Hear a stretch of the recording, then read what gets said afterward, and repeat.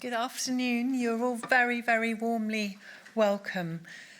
I'm Ruth Skerr. I'm the chair of the trustees of the Royal Society of Literature.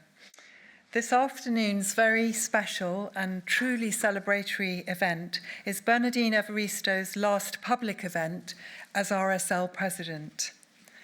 During her 4 years as president, Bernardine has helped other writers directly, practically, profoundly. She has offered personal, professional, emotional, and financial help to writers as a role model and as the creator of 2 new prizes that the RSL is deeply proud to be associated with: the Scriptorium Awards and the Pioneer Prize, which we are inaugurating today. The first of these awards offers writers residencies, the precious gift of time and space, and the other confers recognition on British female writers over the age of 60 who have been trailblazers in the literary firmament. Together, these 2 prizes are like beautiful complementary bookends to Bernardine's presidency. One aimed at helping writers overcome obstacles, the other aimed at recognizing older women who overcame obstacles to change the literary landscape. Bernardine's generosity is extraordinary and exemplary. We can only hope that others will follow her example. She has given her time, her energy, and her own prize money to the RSL. We owe her an immense debt of gratitude.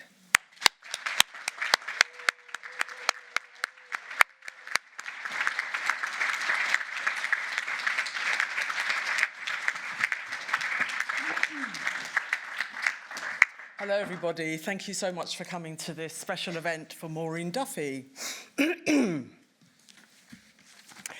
I am really pleased to introduce the first RSL Pioneer Prize event, awarded to the trailblazing writer, activist, and all-round good person, Maureen Duffy. I first conceived of the prize back in June, when I heard I was to receive the Women's Prize Outstanding Contribution Award in honour of its 30th anniversary. Along with this unexpected honour came a windfall of $100,000.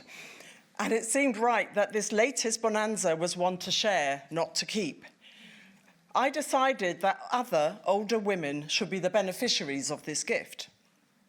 Ever since my novel, Girl, Woman, Other, was published, with its intergenerational span of female characters aged 19 to 93, I've talked in countless interviews about the societal sidelining of older women in every sphere, but especially in fiction, where we rarely feature as protagonists, even when the writers themselves are older women. Why, I asked, are we considered so uninteresting when compared to our younger selves, when we've actually lived full lives and have acquired more experience, more drama, more maturity, more relationships, more disappointments, more demons, and maybe, just maybe, more than a touch of wisdom? We older women are utterly fascinating and should be celebrated in fiction, literature, and the arts in all our glorious complexity. 5 years ago, I wrote a Guardian article about the great success of some of my black female peers in the arts, women I'd known in the 80s who, like me, had broken through relatively recently. I wanted to acknowledge this quite revolutionary moment, which none of us could have foreseen 40 years ago. But even those women who have enjoyed earlier success start to disappear from the landscape, either through inactivity or being overlooked, their achievements forgotten. Let alone women writers who never received the acknowledgement they deserved in the first place. Over the course of my career, I have set up several literary initiatives designed to address imbalances, and it felt appropriate to highlight this issue of gendered ageism through a new prize, to reward the true pioneers among us, those who really did make a difference. Therefore, this prize honours and thanks trailblazing women writers over 60. Over the next decade, a woman writer chosen by a different jury each year will receive this award and prize money of £10,000, which is approximately equivalent to the annual state pension, and therefore very useful to those who do not have any other form of income. Each year, a different genre will be spotlighted, and the winners will, in turn, nominate a deceased woman writer who has been overlooked, one who inspired them when they were very young. Overlooked is important because while Virginia Woolf has long been canonized, we need to remember other exceptional writers who have been forgotten. The winner will also nominate 3 younger emerging women writers, and the RSL will build activity in the ensuing year to promote the winner along with all her nominees. For the first year of the prize, for expediency's sake, I decided to choose the recipient because it was obvious to me that it should go to the inspirational writer and incredible campaigner Maureen Duffy, who is now in her early 90s. Duffy has forged a singular path for herself as the writer of over 60 works, including poetry, fiction, plays for theatre, radio and television, and non-fiction, including the first major biography of the 17th century woman playwright, Aphra Behn. Maureen was a powerful presence in literature for many years with many supporters. A symposium on her writing was held in 2013 at King's College London, and a reading of her first 2 plays took place earlier this year with the Future Histories Theatre Archive. Anyone walking past King's College London for several years now will see a portrait of her outside the building alongside other celebrated alums. The college also holds her archive. So now more about Maureen Duffy for those who don't know.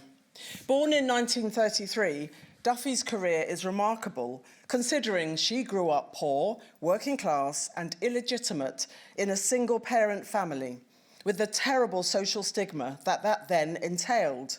To compound it all, her mother, who drummed into her the mantra, "The one thing they can't take away from you is your education," died of TB when she was 15. After grammar school, Duffy read English at King's College London and has said she was the first in the history of her family in 400 years to not only go to college, but to stay at school beyond the statutory leaving age. Her professional career began as a playwright with a groundbreaking group of working-class playwrights, including Arnold Wesker and Edward Bond, who formed the Royal Court Writers Group in the 50s. Several plays followed, and in 1968, she was one of 5 women to first have plays staged in a special season with the National Theatre. Her riotous play, Rights, set in a women's public toilet, was the most popular and secured a further run with the National later that year. In 1966, her play, The Silk Room, about a male pop group, was staged at Palace Theatre, Watford, and in 1973, Hampstead Theatre Club staged her play about the last hour of Virginia Woolf's life, called A Nightingale in Bloomsbury Square. She also had several television plays broadcast. Between 1968 and 2016, Duffy published 9 collections of poetry, including a Humanist Mass. The first of her 20 novels, the fantastic semi-autobiographical That's How It Was, 1962, drew on her own childhood and ends with the teenage protagonist discovering her lesbian sexuality. The Microcosm, 1966, is a more complex and wildly experimental novel which explores lesbianism further. Thereafter, the sheer range of Duffy's fiction is astonishing, encompassing multiple genres and utilising a mythological toolkit that spans ancient Greece, Britain and Europe. Her honours are also impressive, including a nomination for the Booker Prize in 1998 for her novel Restitution, and the prestigious Benson Medal from the Royal Society of Literature in 2004. Heralded throughout the decades by critics and other writers, the novelist Sarah Waters, who's in the audience somewhere tonight, describes Duffy as a unique literary talent, provocative, informed, fiercely intelligent. Her writing never fails to inspire and entertain. Alongside her prolific creativity, Duffy's activism for gay and author rights is unparalleled, beginning in the early 60s, when she was one of the first public figures to come out as lesbian. Further, she also spent decades dedicated to public service for writers with several literary organisations. And she was a major driving force behind the foundation of the Authors Licensing and Collection Society in 1977, which has now paid out over £700 million to writers in licensing fees. All writers are indebted to her. While Duffy has sadly slipped from view of late, she deserves to be better known to younger generations. On so many levels, she is an icon, a legend, and most importantly, she is still with us. Let us celebrate her life and legacy now. I hope that Maureen is tuning in from home. This is being streamed online. Maureen, we salute you. Thank you so much for everything you've done.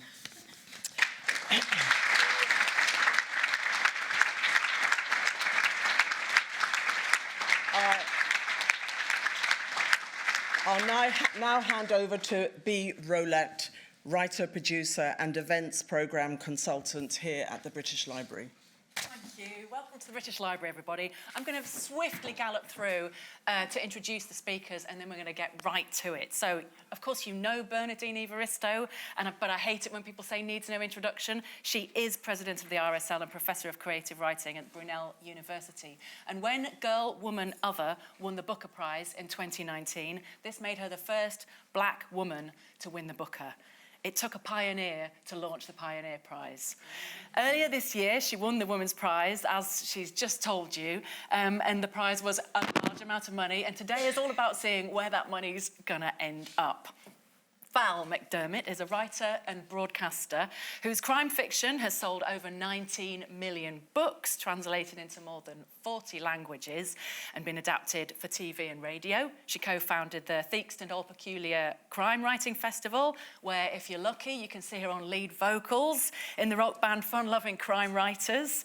And her latest Karen Pirie novel, Silent Bones, is out now. So Maya is a writer, bookseller, editor and organiser. We love that. Their most recent book is Bad Language, a memoir and manifesto on language, gender and power. And their most recent collaborative projects are The Word for World, The Maps of Ursula K. Le Guin with Sarah Shin, Silver Press, and Cat Flap No. 5 for Outburst Queer Arts Festival. I'm delighted also to welcome Elaine Hobby, who is Professor Emerita of 17th Century Studies at Loughborough University and a scholar of early modern women's writing. She worked with Maureen Duffy on shining a light on the work of Aphra Behn, who joins us here on stage. The first professional woman writer in English, our patron saint. Can't wait to hear more about that. And finally, Lawrence Warner is Professor of Medieval English at King's College, which is, of course, where Maureen Duffy's archive is held. And in 2023, he worked with Maureen Duffy to stage Missa Humana, a Humanist Mass, which was written by Duffy and set to music by Dolly Collins. And we have a reader today, Rebecca Scroggs, who, thank you so much, Rebecca, who'll be joining the stage throughout. Rebecca trained at RADA. She has a very distinguished theatre career, has appeared in over 80 episodes of EastEnders, and is the co-chair of Unfinished Histories, an archive which records and preserves the history of alternative theatre from the 1960s to the 1980s. My name's B. Rolat. I'm chair of the Wollstonecraft Society. I'm basically here as crowd control because there are so many people who love and want to talk about Maureen Duffy. So let's just get right into that. Val, I'd like to come to you first. For me, Maureen Duffy's work is full of a very restless, agitated energy right across her prodigious multi-genre outputs. Some writers describe the world and then other writers sort of get up in its face. Can you share your response to her writing? Yeah, I would like to think that that's the kind of approach I have to the world, to get into its face. But when I first encountered Maureen's writing, for me, it was a coming home. I was a student. I had wrestled with my discomfort with who I was right through my teens. I thought it was because I wanted to be a writer, because writers are strange. But really, it was because I didn't really understand my own sexuality, because growing up in working class background in Fife in the 1960s, there were no visible lesbians. You'd be more likely to find a unicorn, frankly. And so when I discovered Maureen's poetry, because I became a bit of an addict to poetry in my teens, it was a door opening into a world that I hadn't really thought about existing. And I realised that this was the world I belonged to. I read her poems about woman loving woman. And to me, that was an extraordinary thing to read on the page of a book that was in the Bodleian Library. And so that, for me, kind of opened the door. It made me feel like I had a home. There was somewhere out there that there were people like me. And for me, that was a real awakening moment that took away a lot of my sense of not belonging anywhere and not belonging with anybody. So that was a real moment for me. And, you know, I've followed her career as I've followed my career. And she is an inspiration to all writers, because she doesn't just focus on her own work, her own place in the world. She focuses on all of us and makes a place where no place existed.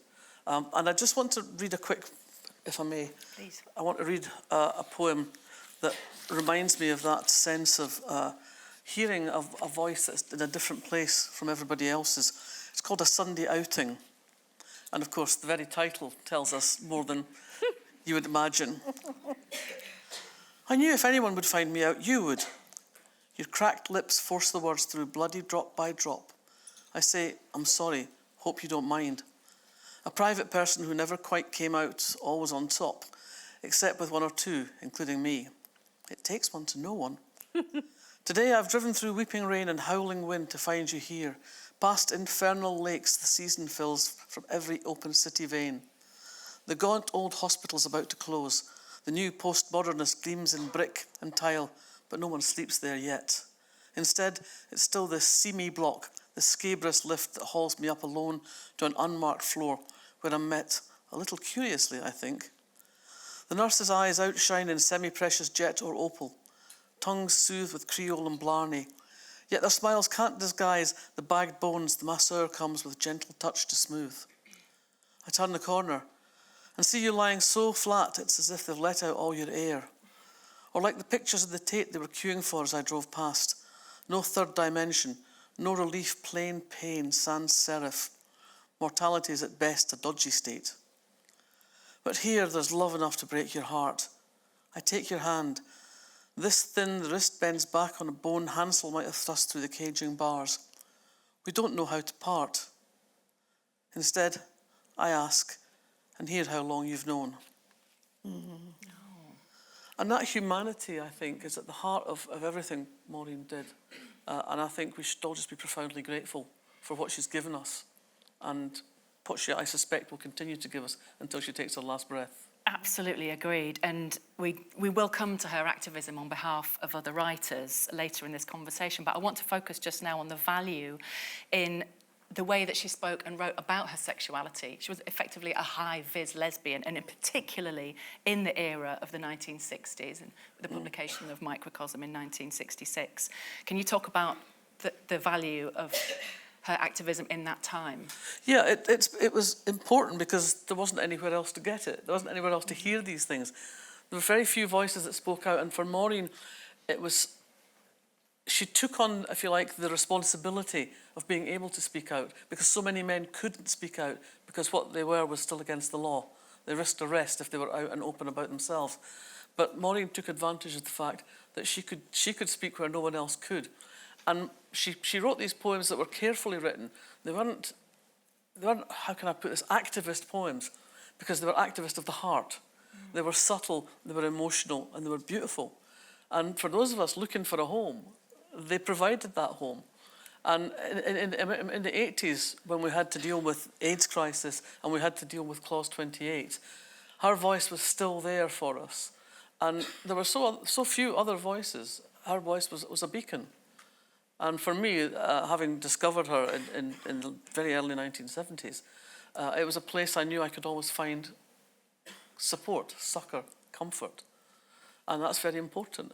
Thank you. I think it's wonderful that you keep mentioning it's her poetry that brought you in. Yeah. You said that 4 or 5 times, and you haven't really mentioned any of the novels. I've heard her say she wants to be known as a poet because so often people focus on the novels. Yeah. That's So wonderful. thanks for sharing that poet. And clearly there's a sort of deep well of generosity.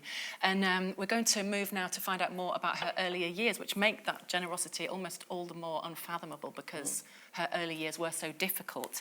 I'd like to invite Rebecca to join us on the stage to give us a reading from That's How It Was. And it's a stunning autobiographical moment that I selected because it shows partly her love for her mother, but also the very straitened circumstances in which she's a young person. Of course, there isn't an NHS. She faces poverty and hardship. She lives with a horrendous step-family, and she's been required to go outside and dispose of the stolen knives and hatchet of her dodgy stepbrothers. Rebecca. Now there was only the little knife, settled comfortably in my pocket. I'd grown used to it, had the knack of it. Why shouldn't it stay there? I began to walk along the bank under the pollard willows towards the lights of Clarence Street. The dark was my friend now. I saw through it clearly. The people coming and going up and down the lighted road, who couldn't see me even if they turned their thoughts from home for a moment and peered across the dim fields. I watched them like God, the scientist, staring one-eyed into a microscope. I touched the point with my finger. I was a wild thing on the edge of civilization. I would keep it. I'd always wanted a knife, a heavy blade for throwing. I'd tried with kitchen knives, but they weren't properly balanced. A smart edge for hacking bits of wood into imagined shapes. I bought razor blades and sliced my fingers on them, but didn't dare complain. The urge to kill, to thrust and stab rose up in me with a cold thrill. As a child, I had wreaked it on small creatures, mutilating all crawling things in my power when the mood was on me. I'd nearly reached the street. The bridge carrying it over the river gloomed solidly above me. I didn't want to go back. I stood for a moment, staring up at the heads and shoulders sliding along it. Puppets, I thought. Then I shrugged my shoulders and turned towards the path that would lead me up to join them. The smell of the river and the damp fields clung round me like a mist as I hunched my way onto the street. At the second span of the bridge, where it crossed the river proper, I stopped and hung over the parapet, gazing out across the dark I had come from, like the people I'd watched. Only I was different. I held the dank world inside me. Here, the mill, where Ted and Gladys worked, discharged its waste into the river. He was a fool, a stupid brute. He would destroy her with his tribe of savages who sucked her vital energy. And he gave her no comfort and security, only the continual fear of losing those fiercely kept standards of intelligence and human pride under the rush of violence and senselessness. I don't know what I'd do without you. I eased the knife up my sleeve, took my hand out of my pocket and let it hang over the bridge. Then I opened my fingers and the knife plunged straight down. Its wrapping blew away and the blade pierced the dark skin of the water without a sound. I turned away and walked quickly up the hill. My mother had been looking out for me and met me at the door. "You've been a long time." She slipped a packet of tea into my hand. "I met Cretia. Did you get it?" "Yes." I gave her the packet of tea, but no one took any notice. They were too busy eating, thrusting wedges of bread and golden syrup into their mouths and swilling them down with tea. Next day, Arthur, Billy, and Whitey Davis were picked up at school.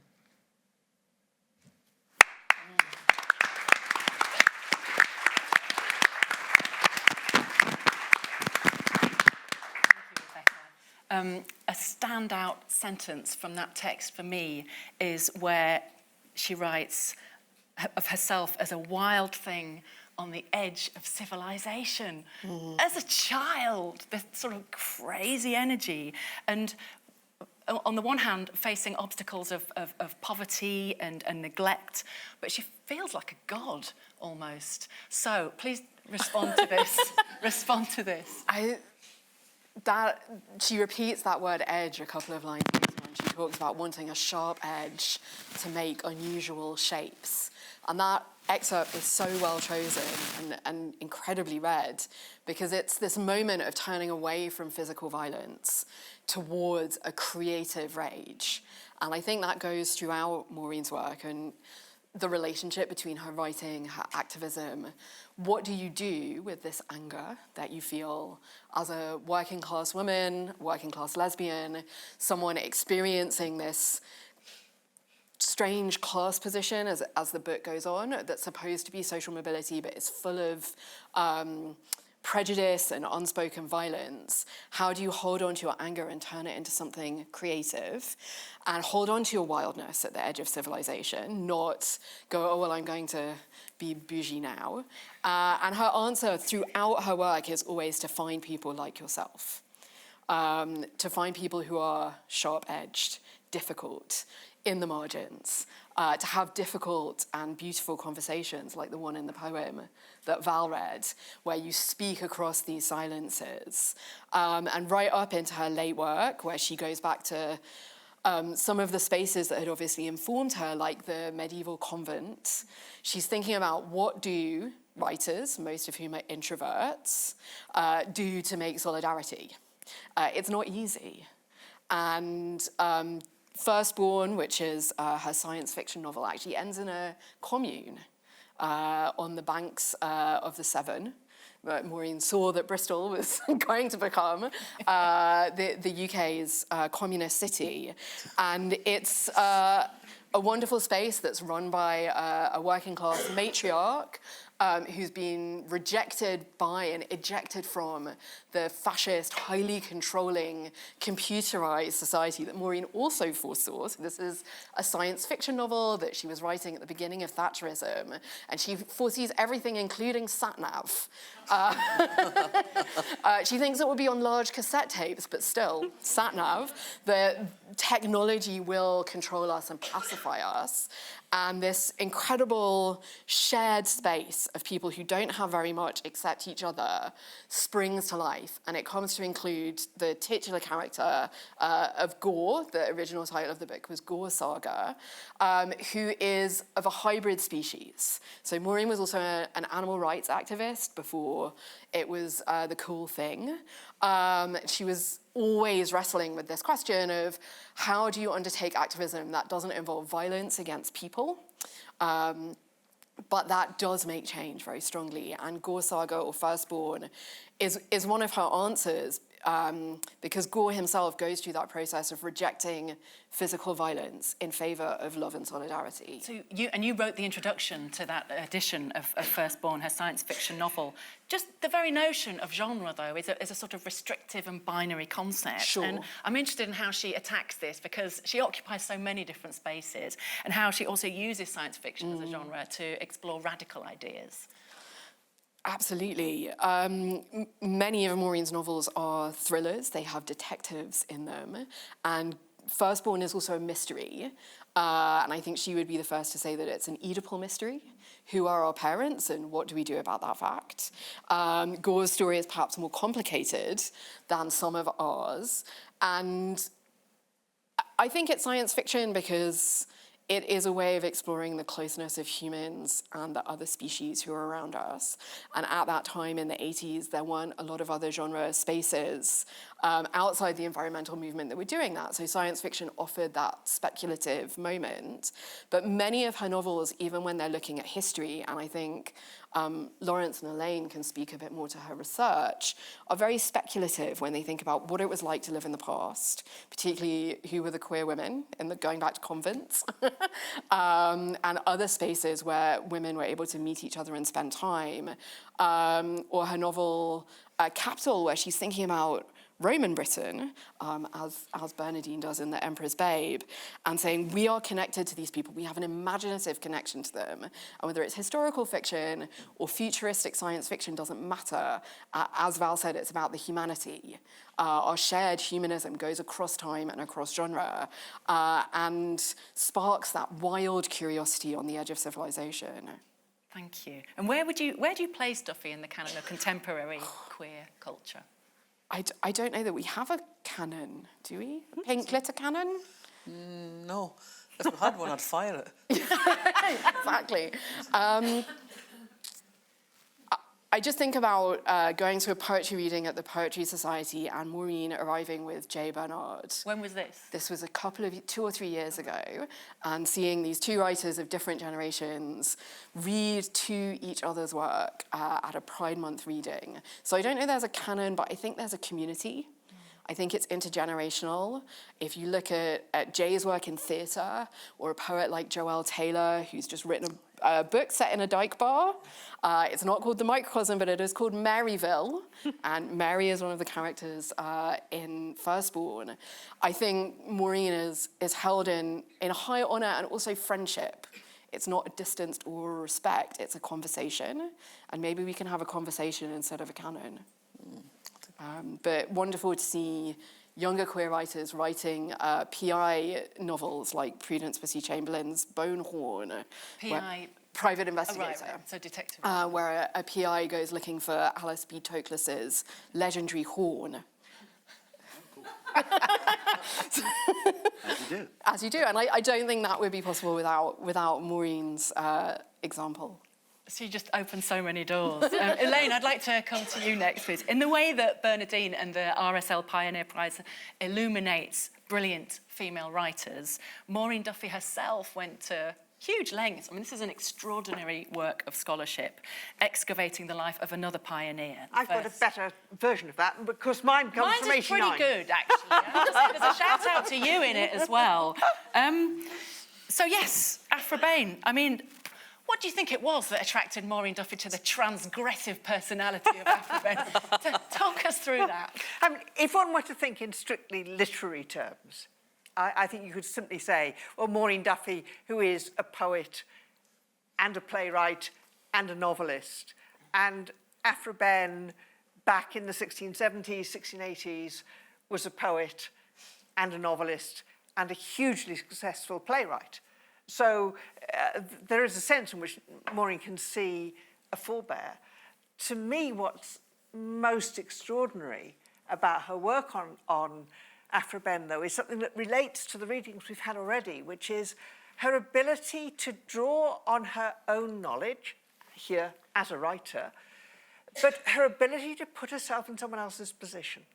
So quite a lot of the work that's been done by feminists on Aphra Behn is, to me, to some extent limited or undermined by a feminist desire to find someone like us in the past.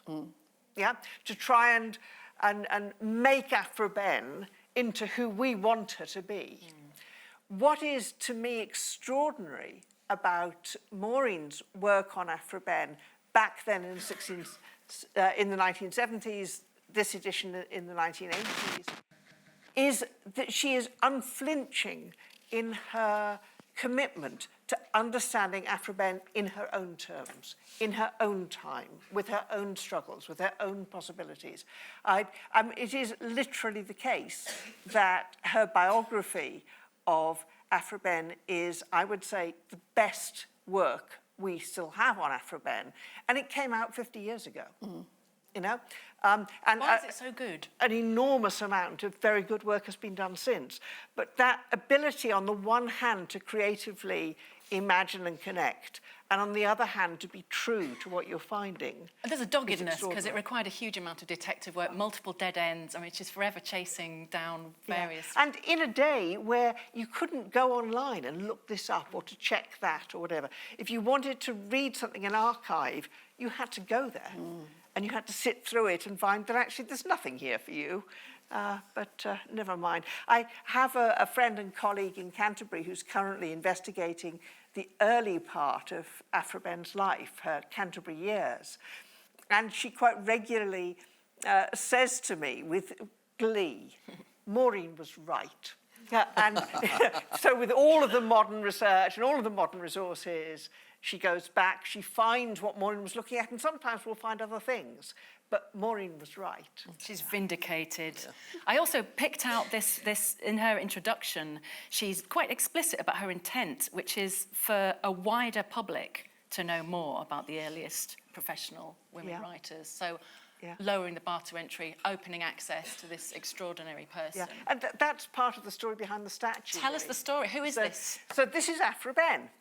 And a full-size version of this, so this maquette is a small version of her.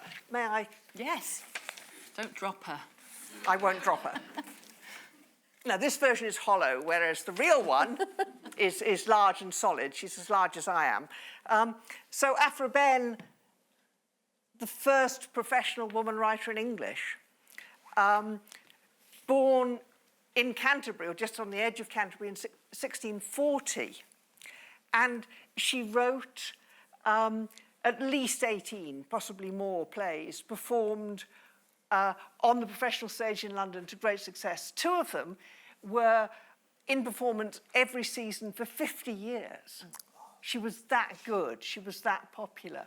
And so this statue, or this life-size version of this statue, being now in the middle of the High Street in Canterbury, means that anybody walking down Canterbury High Street can go and take a selfie with Aphra Behn, with their arm round her.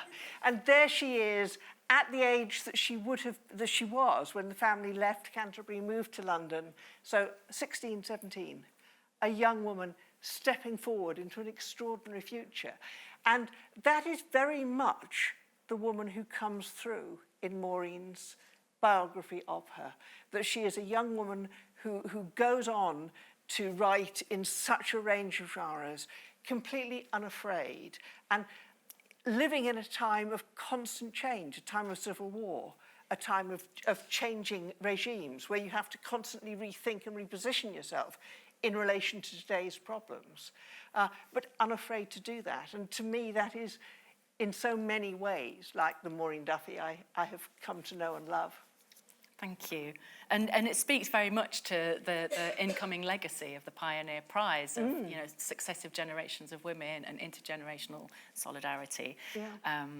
And reminds us once again that Maureen Duffy is the perfect recipient. And the cause of outstanding women getting recognition for writing that changes the world is very dear to my heart. It's related to my work with the Wollstonecraft Society. We should all support it, and we should all be ready for the next prize and continue our engagement with the Pioneer Prize.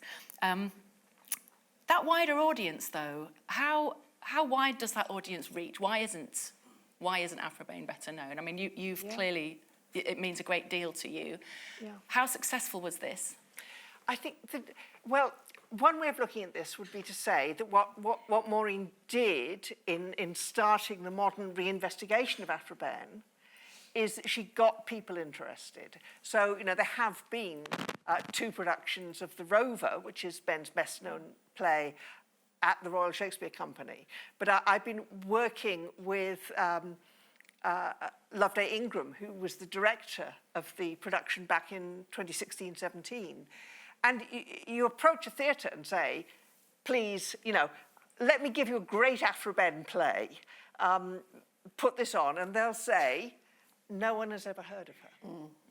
And if a theatre requires, as it does, bums on seats, then you've got to be convinced that people will come to get the money to reimburse the cost of putting it on. But yes, Maureen in her biography, one of the things she says is that Behn's third play, The Dutch Lover, could be staged tomorrow, because Behn writes in a way that is not, although it is in her time, it's also dealing with questions that are bigger than that, which is why two of the plays could be on the stage for 50 years. Why would people keep going to it if it weren't a play that spoke beyond its particular moment? The difficulty is persuading theatre companies to take the risk today when they haven't got the income. Okay. Lawrence, can we come to you now, please? We've got clues. I mean, her relationship with faith was complicated, as we discover in the autobiography. And you worked with Duffy to create Missa Humana. Can you tell us more about that? What was it? What is a humanist mass? Well, Maureen, as you can oops, sorry about that. Weird things going on from above. Her Catholic background was traumatic, and she knew the Mass very well. She thought that humanists should have something equivalent. And in the 60s, it's a beautiful poem. It's in Lyrics for the Dog Hour. It's an opening poem. What happened, and so you can go read it. I wish that were in print, but you can track down copies of this. I was talking to Maureen about medieval literature. The one book, I asked her last week, what book have you gone back to more than any? And the answer was Pierce Plowman, 14th century poem, which that's how it first got to know her. It's medieval. Yeah. She's written a play based on it. She's written a novel based on Sir Gawain and the Green Knight, which no one noticed at the time. Pierce Plowman keeps coming up in her poetry and all over the place. But when I was talking to her about this and about the play, I noticed that there were some songs in it, and I asked her about these songs, and she mentioned that a dear friend of hers, involved in the English folk scene, Dolly Collins, had written the music for these. Also, I asked her, one little correction to Bernadine with respect, that the Silk Room, it turns out, because I thought so too, I said, Maureen, the Silk Room, this play that you've written, is that about the Beatles? Like pop band, right? She said, oh no. She said, I think I saw A Hard Day's Night when it came out, but it was about the English folk scene. Shirley and Dolly Collins were dear friends of hers. So she said, the one main regret I have in my life is that Dolly Collins wrote the music for this Humanist Mass of mine, and Dolly died in 1995, and it's never been performed. I was interested in this, of course. I wrote in my notes, Shirley Collins. I didn't know who this was at the time. And by chance, one day I was talking about Gore Saga, about Firstborn, about Charles Danson, Firstborn, with a friend of mine who works in science fiction publishing. And wonder what happened with that. That ended up being the republication of Firstborn, when another father at the school gates came up, and he's a conductor who specializes in overlooked women's music. And that's what led to the production of Missa Humana. But can I just ask you a bit more about the intention behind a humanist mass? Is it a provocation? No. So what is it? It's a celebration. It's a celebration. It's a celebration of humanity. There are bits of it that it's the most. I listen to it all the time on my iPhone. It's the most beautiful music you can imagine. The titles of the sections are the same as the titles of the sections of the Mass. It's not a provocation. I can say that. I go to church. I'm this straight white guy who goes to church. I've talked to her about theology. She's very interested in this. We allow minorities here. Yeah, exactly. She's very welcoming and open. Her motto, which I've encountered in 5 places: "The world is my country, to do good, my religion." Amen. And that's what, and I should also, the last thing I'll say about the Humanist Mass, Pierce Plowman is a very religious poem. I didn't know, I'd written this big article on Maureen and Marilyn Robinson and their mutual love of Pierce Plowman, without knowing that Missa Humana was mainly inspired by Pierce Plowman. I learned it the night of the production, where it's the fair field full of folk, which is also the epigraph of Gore Saga. She's committed to the fair field full of folk. That's a line from Pierce Plowman. She sees it as a utopian, universalist approach, and there's no provocation in the slightest. So there's that deep connection to folk culture and to mythology, which also, of course, seeps into her poetry. Tell us more about her relationship with folk culture. part of it is she used to go dancing. She told me the reason she started going dancing was because she was in love with her teacher. You can read more about that, and That's How It Was in some of these poems. She used to go to the Cecil Sharp House when she was in high school. And partly, the men were all at war or dead. And so girls could start doing this too. She writes about this also in England, if you get her, which is for sale out there, I saw. So she learned sword dancing as well as Morris dancing. And sword dancing was, she told me, this is amazing, she told me one of the things that she loved about sword dancing was sword dancing, it's kind of a regimented Morris dance without all the leaping, and it's got swords. Wow. You have swords on the ground, and you dance around the swords. Okay. And if you get it wrong, you cut your toes. And in the sword dance, they reenacted a beheading, and all this connected in her mind, and many other scholars' minds, to Sir Gawain in the Green Knight. There's a pentangle involved if you look from above. So she connected all this. As far as I mean, there's lots of people who've said this in print. To have met someone, as far as I know, she's the only person that I know who was, as far as I can tell, inspired by love on the one hand, and Sir Gawain in the Green Knight, 14th century poem on the other, to go dancing, and the sword dance. People talk intellectually. There's a great article by a guy called John Spears from 1949, which connects this. It had gone back to the 1900s about the sword dance and Sir Gawain. To know that someone in her teens in a university had made this connection. And Gawain is just almost as important to her as Piers Plowman is still. So she's got a strong connection with folk culture, with folk music. She's danced in a pub in Dublin, she told me. Just when you thought you couldn't love her anymore. Everything. You teach her plays to your students. Can you talk about the sort of intergenerational reception and also about the reception of her work, you know, across time, throughout her writing life? Has that changed? She's never been the biggest selling author in the world. I can say a few years ago, she was under the false impression, blessed, that I was a fellow of King's College London. And so when she was going to the fellows' dinner, it was me that she wanted me to take her there. Well, I got her there, but we arrived early. It was the same night as the English department's end-of-year party. So we went up to that, and she was in a wheelchair, and oh my God, she just was blooming. She was so delighted. Students knew who she was because of that big picture on the Strand, and they were thrilled. And some of them had read. It really matters. It matters. It really matters. It does matter. That people are made visible. Yeah. And the students that I've taught, we've read Pearson, which was the first play. That's the Piers Plowman play. You can tell from the title. It had that motto that I just talked about. They thought it was amazing, and I took the students out to meet her, and they loved talking to her. Partly, it's that irony. It's because she's not so well known that she ends up being such a gem to students. This spring, I'm starting a module on popular music and English literature, and that's where the Silk Room, which Bernadine mentioned, will show up. Thank you. I have to highlight, I want to just spend a moment on her advocacy for other writers.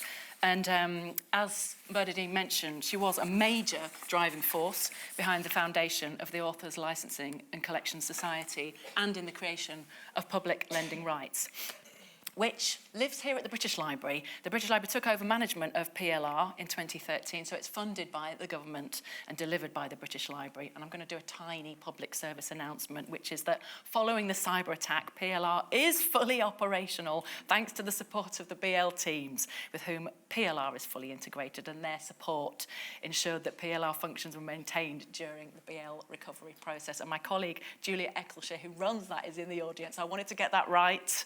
But as a legacy, this is huge, Val. This is really big. I mean, yes, all writers have a debt to her, but it's also about class, because if writers don't get paid, then you only ever hear posh writers. That's right. You hear people who have family money, or people who get a patron who likes what they're writing.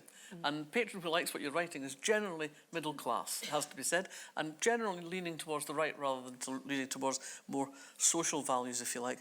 Other countries come at this differently. I think the PLR is a wonderful, wonderful thing.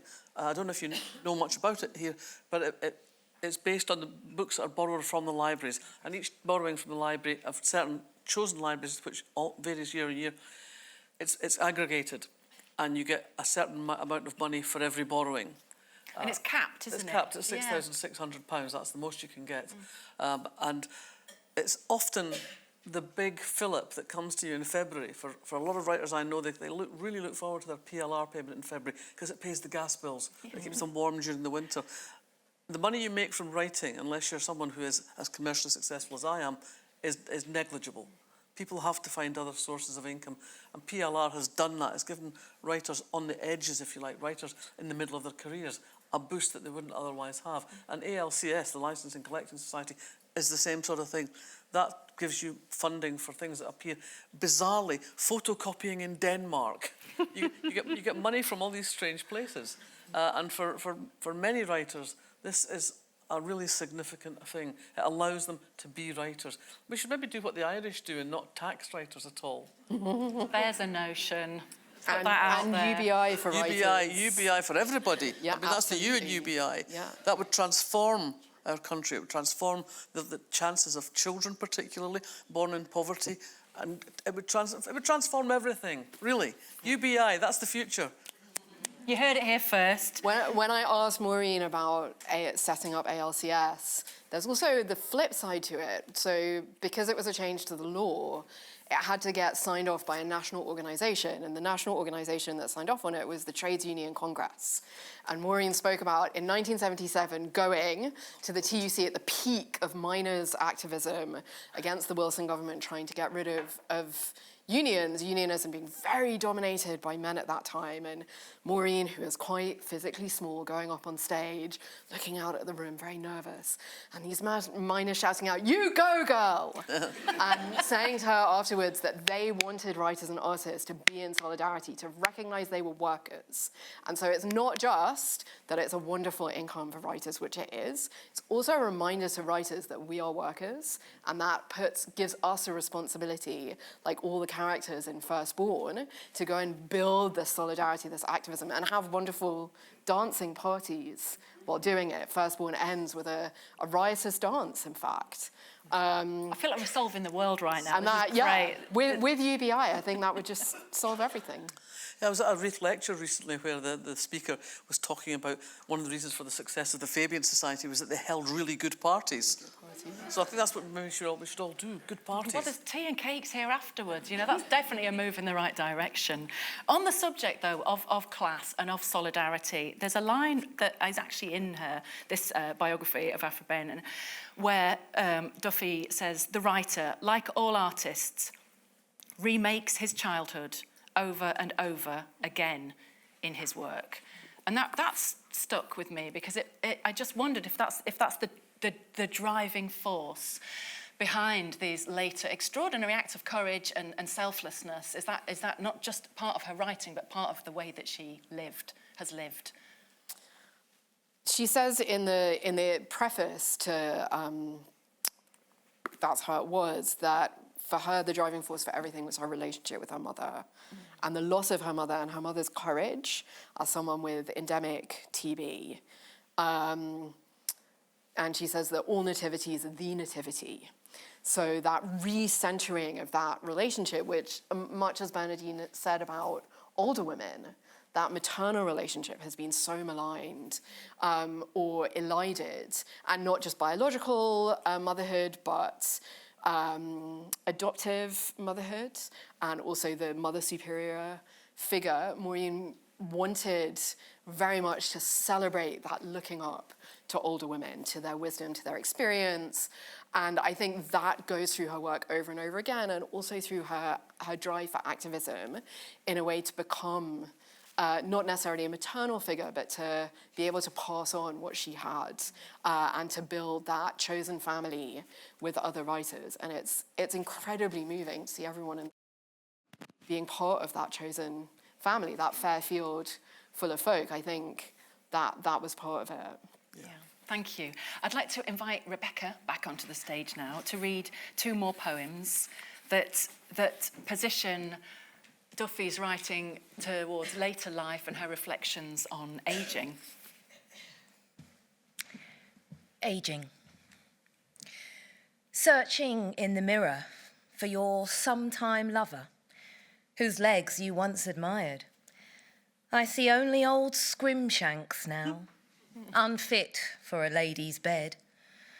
And the arms that once enfolded you, like wings that could bear us both aloft, are skinny scarecrow sticks.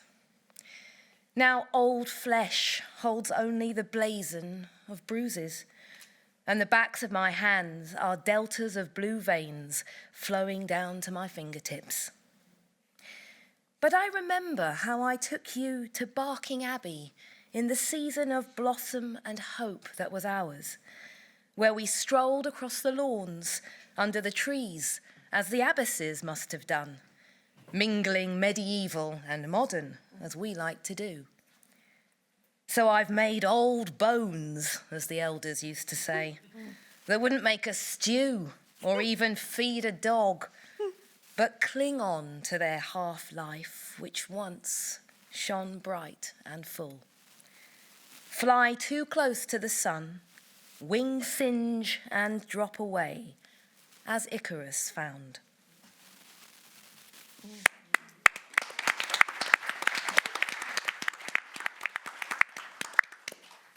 And this is the stories of old. Slaying dragons must always have been a part-time job. Finding the right sort of cave, or picking up the bottled message on the shore sent by a mutinous princess who refused to make a roast dinner. And with no compensation for scorching, or a broken skull from a giant's clout. Ogres must have been few and far between, and royalty pinch penny for all your efforts. So when it came time to hang up your sword, it was off to the monks to take you in, or the hermit's dank cell with only your old nag for company, cropping at the cave mouth, spavined with years, a grey-muzzled dog, and a cat with toasting fork ribs. That's if you were lucky. But old man Blake gave the questing life his imprimatur, like our school hymn that set me up with imaginary spurs, still clattering in the dust as I hobble on. Somewhere I mislaid my steed, but dog and cat lollop along beside me. And I was luckier than most. I got to keep the princess. She stirs my pot.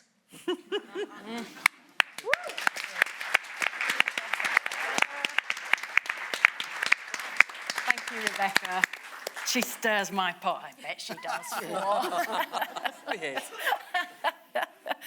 So thanks to your beautiful readings, we've gone from early, scrappy, angry young Maureen to old but equally epic Maureen, still wielding a sharp knife, and with no reduction in vigour at all in those lines. Who would like to? I'm going to ask you all actually briefly just to reflect on a vigorous life's work, starting with you. Well, I think she's changed a lot of people's lives in so many ways that I don't think she realised she would. And maybe even now, she doesn't realise the impact she's had on people's lives. And it reminds us all, I think, that being brave in your writing does have the power to change things. Thank you. I would say one very interesting thing, your question about where she is in the canon of gay writing, I think she would welcome that question. She also is adamant that she not be placed in any particular group. And I want to put a plug in for is it House Spy? Is that the one? House Spy is just such a great thriller. I don't know. It's go find a copy of that one. I've read. I love all of her books. Why that one in particular? Partly, it seems so surprising. It's not. Well, it actually has some Pierce Plowman things going on in it. I was about to say it's not particularly medieval, but the Pierce Plowman histories show up in it, things like that. It's got elements of romance, I suppose. It took me by surprise, I suppose. I didn't really know her more genre pieces. She also published a psychological thriller under a pseudonym. Was it Mayer? What was her name in that one? I asked her once, why did that? It was some issue with the publishers at the time. Scarborough Fear. Oh. You know, she comes out, you're like, wait, because we tend to talk about Maureen often, particularly for her, totally appropriately, her social activism and her leadership in things like the microcosm. And absolutely we should. And then there's so many surprises as well. That's what I'm getting at. Thank you for the surprises. Thanks, Lawrence. So, I'm going to take the title of one of her late novels, which is Alchemy. I think going through Maureen's work is both the idea that we can change, which in our very class-bound society remains very radical, and that those transformations have something magical, creative, and shared about them. So Alchemy is also a book that moves back and forth between the present day and the past, and they each change each other. And the way that she treats the past also reminds us that we don't have to be fixed to a single story or the story that we were given about ourselves, our history, or our country. And I just want to thank her for that power of transformation, because that is, for our generation, so meaningful. And the generations, I'm not that young anymore, so next generations to keep. And throughout her work, she kept changing across genres, between scholarship and fiction, but always herself. Again, that restless energy. Thank you. So, Elaine. Thinking about this event and thinking about celebrating Maureen, and thank you so much, Bernadine, for doing that. One of the first things I thought about was the first time I met her, which would have been back in the 1980s, and she told me off. She told me off. She's very positive about you in this, I have to say. I didn't know that when she told me off. She told me off because the way that I read something was, she thought, incorrect. Now, in general, I would say that that Maureen was right about things, but she was wrong about that. But for me, what is fundamental... What was it? What did she actually tell you off? Come on. It's a particular story by Aphra Behn, yes, in which I say a woman tries marrying for love and she tries marrying for money, and both are disastrous. And she actually kills both husbands, which is perfectly reasonable, I think. And Maureen told me off for not taking seriously enough the love of the marriage for love. So, as I say, I think she was wrong. But the point I'm trying to make is that I think what is typical of her work, her creative work and her academic work, is that willingness for people to be different. That we can be one another's allies, we can be connected to each other, we can respect each other, whether we agree or not. And I have, I would say very luckily, a lifetime's friendship with her and respect of her. I've learned so much from her. But she will tell me off. Thank you so much for crystallising those and for capturing those. I think we have time for a few questions from the audience, because I'm aware that it's a really impressive audience full of experts and brilliant writers. So my microphone-wielding colleagues are making their way down now. Put your hand up very vigorously. Yes, here. Keep your hand up, please, and wait for the microphone so that the online audience can also hear you. Okay. Thank you. Maggie G, great fan, lifetime fan and friend of Maureen's. Just to say, all writers really want the audience to buy their latest books. So I just want to name check Maureen's most recent publications, which are from Pottery Press, which is run by Frances Bingham and Liz Matthews. And one of them is available on the book sale, which is Paper Wings, which is her songs for Sappho. But the other two, I think, are not, and they are wonderful. Piers Plowless. They are there. Piers Plowless is there. I didn't see it. Okay, well then buy it. Maybe it's sold out already. But it didn't get mentioned just now in this wonderful panel. Piers Plowless and Sir Orfeo, looking back to her lifetime love of Old English and Middle English, which comes from King's College. And also Wanderer 2020, which is a stunning turning of the Wanderer, as you know, that great Old English poem, to the modern idea of migration. And it's a magnificent piece of work. So that's Wanderer and Thank you. Piers Plowless. Thank you. We've all got shopping to do. And Paper Wings. I hope you took notes there. Thank you very much. Any other questions? Oh, yes. Can I just be very parochial and talk about public lending right for a minute? I am the Julia Eccleshare who was mentioned. One of the things that's wonderful about public lending right, which Maureen appreciated a huge amount, was not just the money, but the fact that authors discovered that the books that the publishers have told them are not worth reissuing are alive and well in the public libraries. And for most authors, that's just an incredible fillip. Thank you very much. Thank you.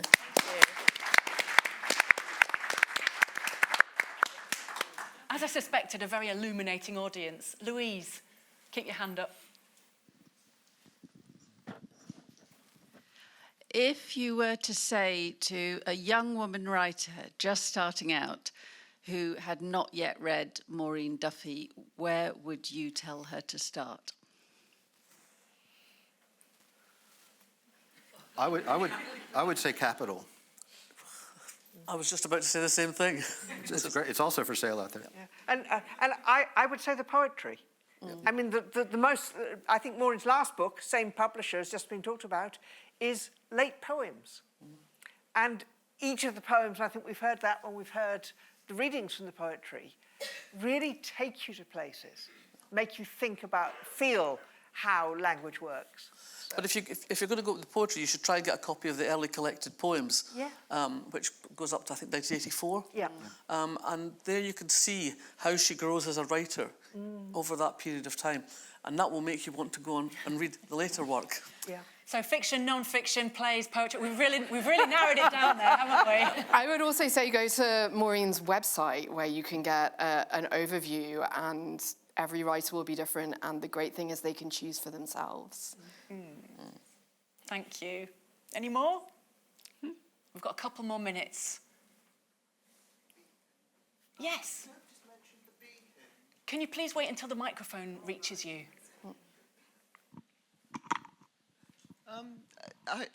Nobody's mentioned the Bee Hymn, which is the most beautiful hymn by Maureen Duffy, and it's played every year at my church, St. Vedast, where the wax chandlers always have the Bee Hymn played, and it's Maureen Duffy, and it is the most beautiful. I mean, the word onomatopoeia,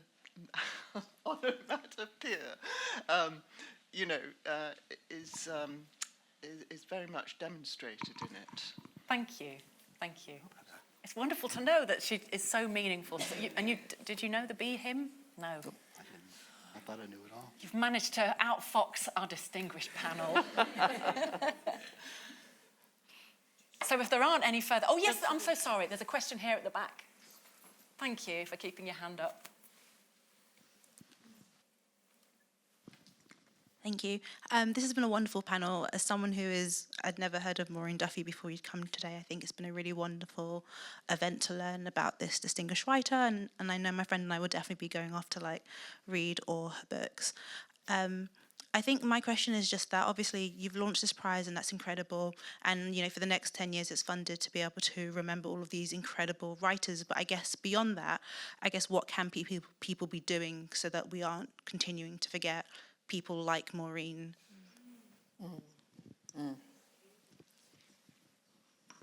Eileen, would you like to answer that?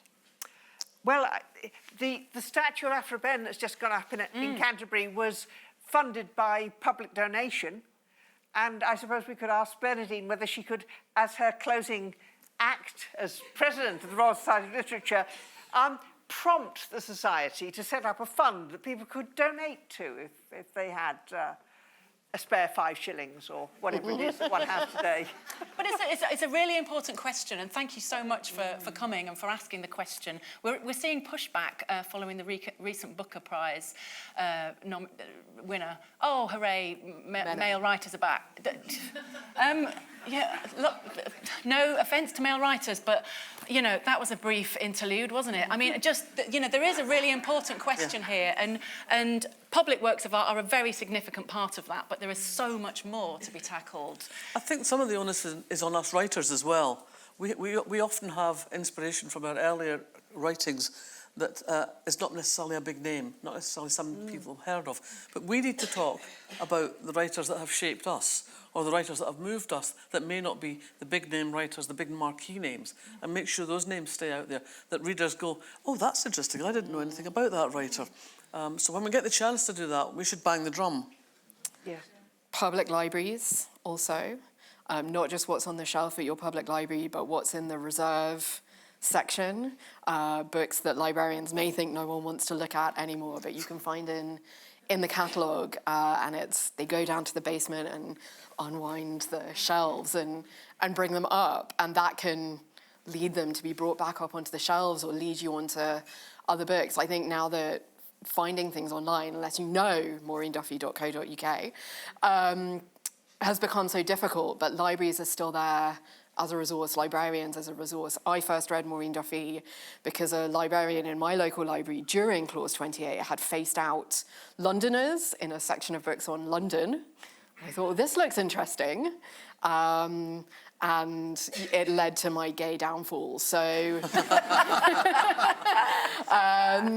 they remain very subversive spaces that, as Julia said, also every time you borrow a book from a living author or an author with an estate in the library, that lets them know and gives them a little bit of money and lets you explore without having to pay up front. So public libraries, wonderfully subversive historical spaces. As are bookstalls outside. I am a bookseller, but bookshops are also wonderful. Absolutely. I feel like there was one more hand raised. If you've been neglected, please put your hand up now. There was, no? I feel like Aphra Behn's hand. Okay, yes. It looks like it. Does she have a question? Full of questions. I'd like now to move to the prize ceremony and welcome Bernadine back to the stage.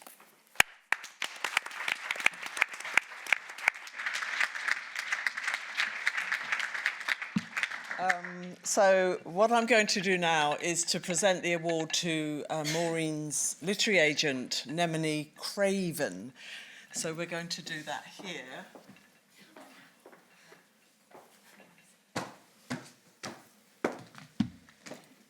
So if you'd like to accept this honour on behalf of Maureen, that would be wonderful. And Maureen, if you are watching us, here it is. This will be coming to your home later today. Oh, yes.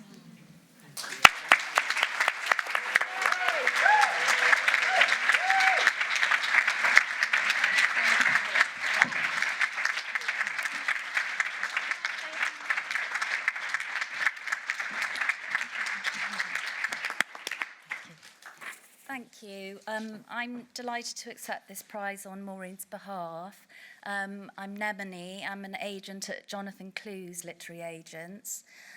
Jonathan, my boss, having been Maureen's literary agent from the very start, and Anne Evans, Jonathan's wife, and other colleagues from Jonathan Clue's, past, Olivia, present, all our wonderful friends at Andrew Nurnberg Associates, and future, Louis, my son, in attendance today. So first and foremost, I know that Maureen will want me to show her profound appreciation to Bernadine Evaristo and to the Royal Society of Literature for this prize and for this recognition. So thank you very much for that. It's a shame that Maureen can't be here today, but she is at home in Fulham, hopefully watching, still in her lovely home, surrounded by her artwork, her books and objects, and that's in no small part thanks to Anne Evans, who has worked really hard this year to secure full-time care for Maureen in her own home, which is so important to Maureen. So thank you also to Maureen's carers, Angela, Flo and Victoria, who I hope will see this. Maureen has wonderful friends, as you've heard, such as Elaine. Thank you, Elaine, for all your friendship to Maureen, and to Frances Bingham and Liz Matthews, also collaborators, as we'd heard, at the Pottery Press. And Maureen's friend Dave, who always visits and looks after the garden and other things for Maureen. as well as my son Louis and my mum Vivian and the dog Isla, who's very important, and Maureen loves it when they all visit as well. A couple of years ago, Lawrence Warner organised a performance of the Missa Humana Maureen wrote with Dolly Collins, and that was a superb event which Maureen greatly enjoyed. At that event, Lawrence was able to introduce Maureen's fascinating writing in her book, The Erotic World of Fairy, which sparked many lines of inquiry. Coincidentally, the photographer Tim Walker was in touch as he wanted to feature Maureen in a series of portraits for his show Fairyland, which will be at the National Portrait Gallery next year. And he visited earlier this autumn and captured a really remarkable portrait of Maureen, which I hope everyone will enjoy seeing next year at his exhibition. Tim is one of many who have taken an interest in and supported Maureen's work over recent years. These include Somaya, who has so generously helped us by writing a contemporary assessment of Maureen's novel, The Microcosm, to present to publishers, as well as writing a new introduction to Maureen's novel, Firstborn, which has been reissued in the Gallant's Science Fiction Masterworks series. As evidenced by the recent collaboration with Pottery Press, Maureen has always remained very focused on what we call front list, i.e. keeping on writing and publishing and supporting small presses. Hence, she started publishing with Gary Pulsifer at Arcadia, and then Piers Russell Cobb and Joe Harper took those works on and created ebooks of The Microcosm, The Erotic World of Fairy, and The Passionate Shepherdess on Aphra Behn. We're now entering an exciting new phase of publication, and Lucy Scholes will be reissuing Maureen's incredibly stylish novel Love Child in the US with McNally editions. So very many thanks to these long-time supporters of Maureen's work, the OGs, dare I say, and also Vintage Classics, who published the London trilogy. So keep your eyes out for further reissues in due course.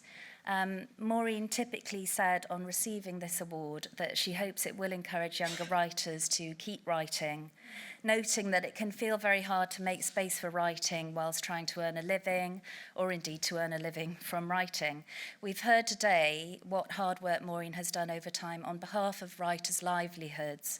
So I hope we can all now raise a cup of tea, buy a book, and celebrate Maureen's achievement and career together. I think Jonathan Clues would be very pleased that we're all looking after Maureen so well. So I hope you enjoy the rest of the day. Thank you.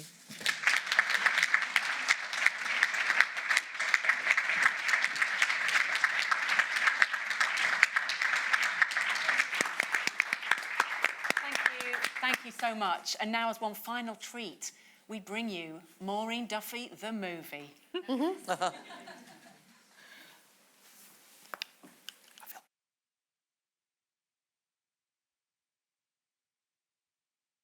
So, Maureen, it's so lovely to be here with you and to celebrate the fact that you've won the RSL Pioneer Prize for being a true trailblazer in the literary community for so very, very, very long. I feel that we all owe you such a huge debt.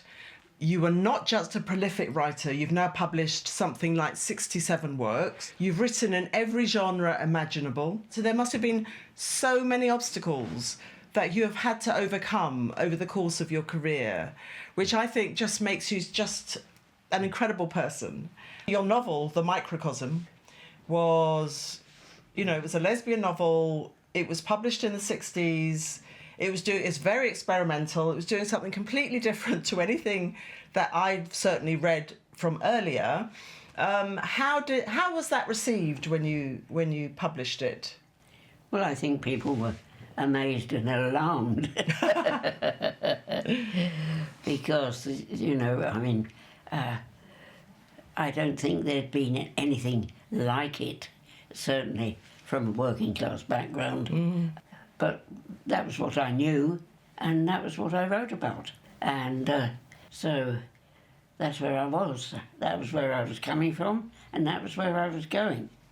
It sounds like you were very strong-willed and determined to do things on your own terms.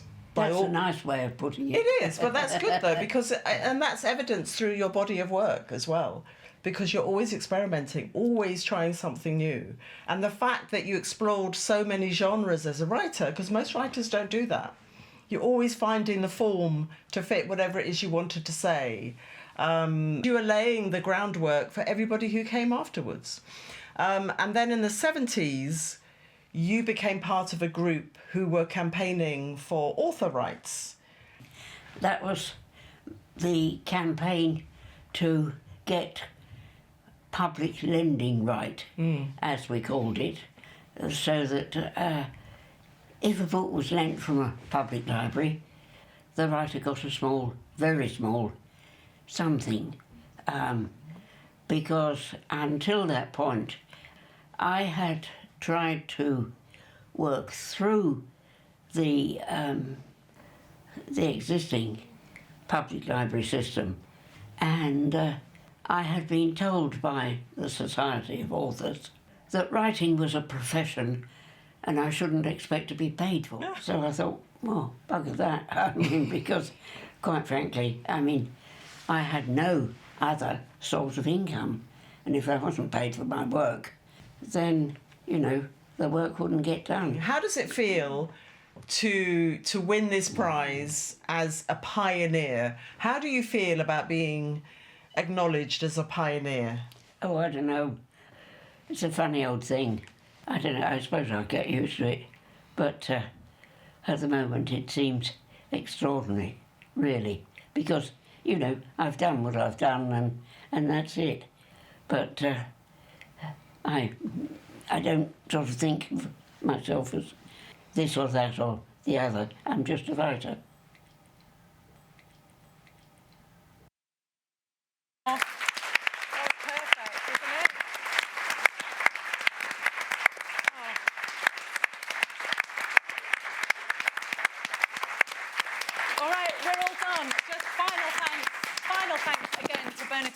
For making all of this happen. Thanks to the Royal Society of Literature and to the British Library. Both have delightful membership offers which you can contemplate whilst buying books and joining us all for tea and cake. And thanks to this brilliant panel. One last applause.